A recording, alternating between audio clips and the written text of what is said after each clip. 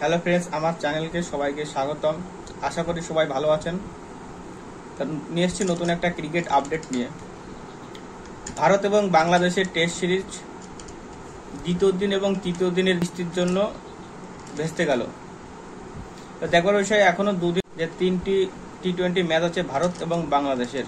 তার মধ্যে ভারত টি-20 স্কোয়াড ঘোষণা করেছে। তা সবচেয়ে বড় নাম ময়াঙ্ক যাদব, যিনি আইপিএল এর বিশাল একটা বড় নাম তৈরি হয়েছিল, বিশাল গতিশীল বোলার। কিন্তু আইপিএল এর চোটের কারণে প্রথম 4-5টা ম্যাচ খেলেছিল, পরবর্তীতে সে আর খেলতে পারেনি, তার চোটের কারণে খেলতে পারেনি। তারপর দীর্ঘ প্রায় 8-10 মাস পরে ভারতীয় স্কোয়াডে সে জায়গা করে নিলেন। কিন্তু এখানে আমি একটু অবাক হয়েছি যে ভারতীয় স্কোয়াডে ওপেনার হিসেবে শুধু আমি অভিষেক শর্মাকে দেখতে পাচ্ছি, আর তেমন যে ওর সঙ্গে যে পাল্লা দিয়ে যে ওপেনিং করবে সেরকম ব্যাটসম্যান আমি সেই স্কোয়াডে আমি দেখতে পেলাম না। সঞ্জু স্যামসন এখনো টি-20তে ওপেন করেনি। সেই টিমে ঋতুরাজ গায়কোয়াড়ের মতন প্লেয়ারকে স্কোয়াডে না নিয়ে কিভাবে তারা স্কোয়াডটি ঘোষণা করলেন বুঝতে পারলাম না। আমি পুরো এতে অবাক। আর কোথায় বরুণ চক্রবর্তী? লাস্ট 2021 সালে টি-20 বিশ্বকাপ খেলেছিল, তার মধ্যে আইপিএল খেলেছে, 2-3 বার ভালো রেজাল্ট করেছে, তার জন্য তাকে টিম স্কোয়াডে ঘোষণা করেছে। তার বয়স পেরিয়ে গেছে 34-35, তাকে স্কোয়াডে নেওয়ার কি দরকার? তার তো ফিউচার নেই। এখানে দরকার ছিল নতুন বোলার, নতুন ব্যাটসম্যান। ময়াঙ্ক যাদব, নীতিশ কুমার রেড্ডি এদের নিয়েছে, কোনো ব্যাপার না, ঠিক আছে, নতুন প্লেয়ার, এদের এইসব সিরিজে এদের চান্স দিতে হবে। এবার দেখবার বিষয় যে সূর্যা কুমার যাদব কি করে, কারণ যেহেতু সে ক্যাপ্টেন। আর্শদীপ, ময়াঙ্ক যাদব, হয়তো হার্দিক পান্ডিয়া, এই তিনজন হয়তো ফাস্ট বোলার হতে পারে।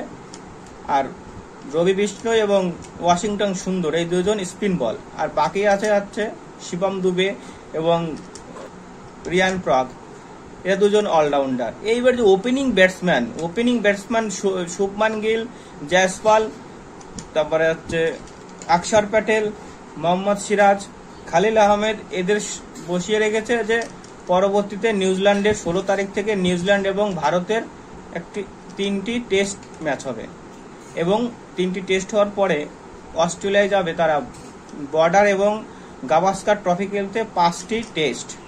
সেই বড় টুর্নামেন্টের জন্য এদের বসিয়ে রাখলো। যে উঠতি প্লেয়ার যারা ঘরোয়া ক্রিকেটে, ফ্রাঞ্চাইজ ক্রিকেটে ভালো পারফরমেন্স করেছে তাদের চান্স দিয়েছে, ঠিক আছে। কিন্তু ঋতুরাজ গায়কোয়াড় কি করলো আমি বুঝতে পারলাম না। ও তো জিম্বাবুয়ে সিরিজের মধ্যে খুব ভালো খেলেছিল, তার পরিবর্তে ওকে টিমে নেওয়া হলো না।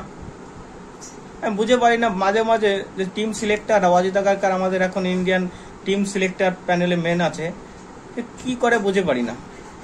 তাকে তো নেওয়া দরকার অবশ্যই। ঋতুরাজ গায়কোয়াড় একটা উঠতে প্লেয়ার, আইপিএল যথেষ্ট ভালো খেলে, ফ্রাঞ্চাইজ ক্রিকেটে এবং ঘরোয়া ক্রিকেটে আমাদের সব লিগ হয়, Syed Ali Mustaq Syed Mustaq Ali trophy, Vijay Hazare trophy, Ranji trophy, Duleep trophy কিছুদিন আগে হলো, এতে দুর্দান্ত পারফরমেন্স করেছে। কিছুদিন আগে জিম্বাবুয়ের সঙ্গে যে 5টি টি-20 হলো তার মধ্যে সে 2টি হাফ সেঞ্চুরি করেছিল। তারপরে হট করে তাকে টিম স্কোয়াড থেকে বাদ দিয়ে দিল। এইভাবে যদি একটা উঠতে প্লেয়ারকে যদি যে ভালো পারফরমেন্স করছে তাকে যদি এইভাবে বাদ দেওয়া হয়, তাহলে তো ইন্ডিয়ান টিমের ক্ষতি, অবশ্যই তার কেরিয়ার ক্ষতি। সে যদি পারফর্ম না করতে পারে তখন তাকে বসিয়ে দিলে সে আলাদা বিষয়।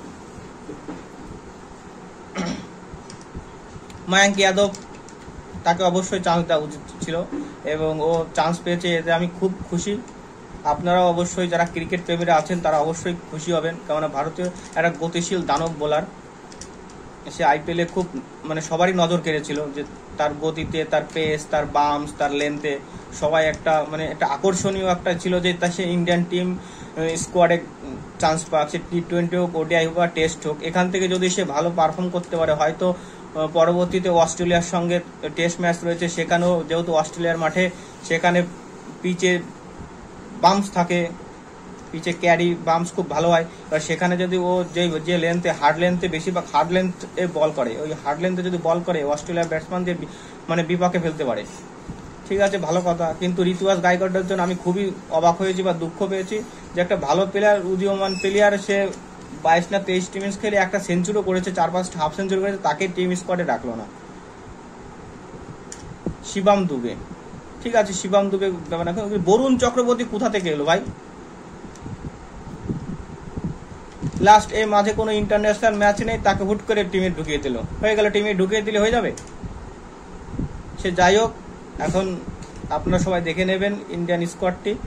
আপনার কেমন হয়েছে ইন্ডিয়ান স্কোয়াডটি অবশ্যই কমেন্টে বলবেন। আমার তো মোটামুটি দুটো প্লেয়ার বাদ দিয়ে স্কোয়াডটি ঠিকই আছে, যেহেতু মায়াঙ্ক যাদব এসছে, বলের ইউনিটটা বেশ ভালো স্ট্রং দেখতে পাচ্ছি।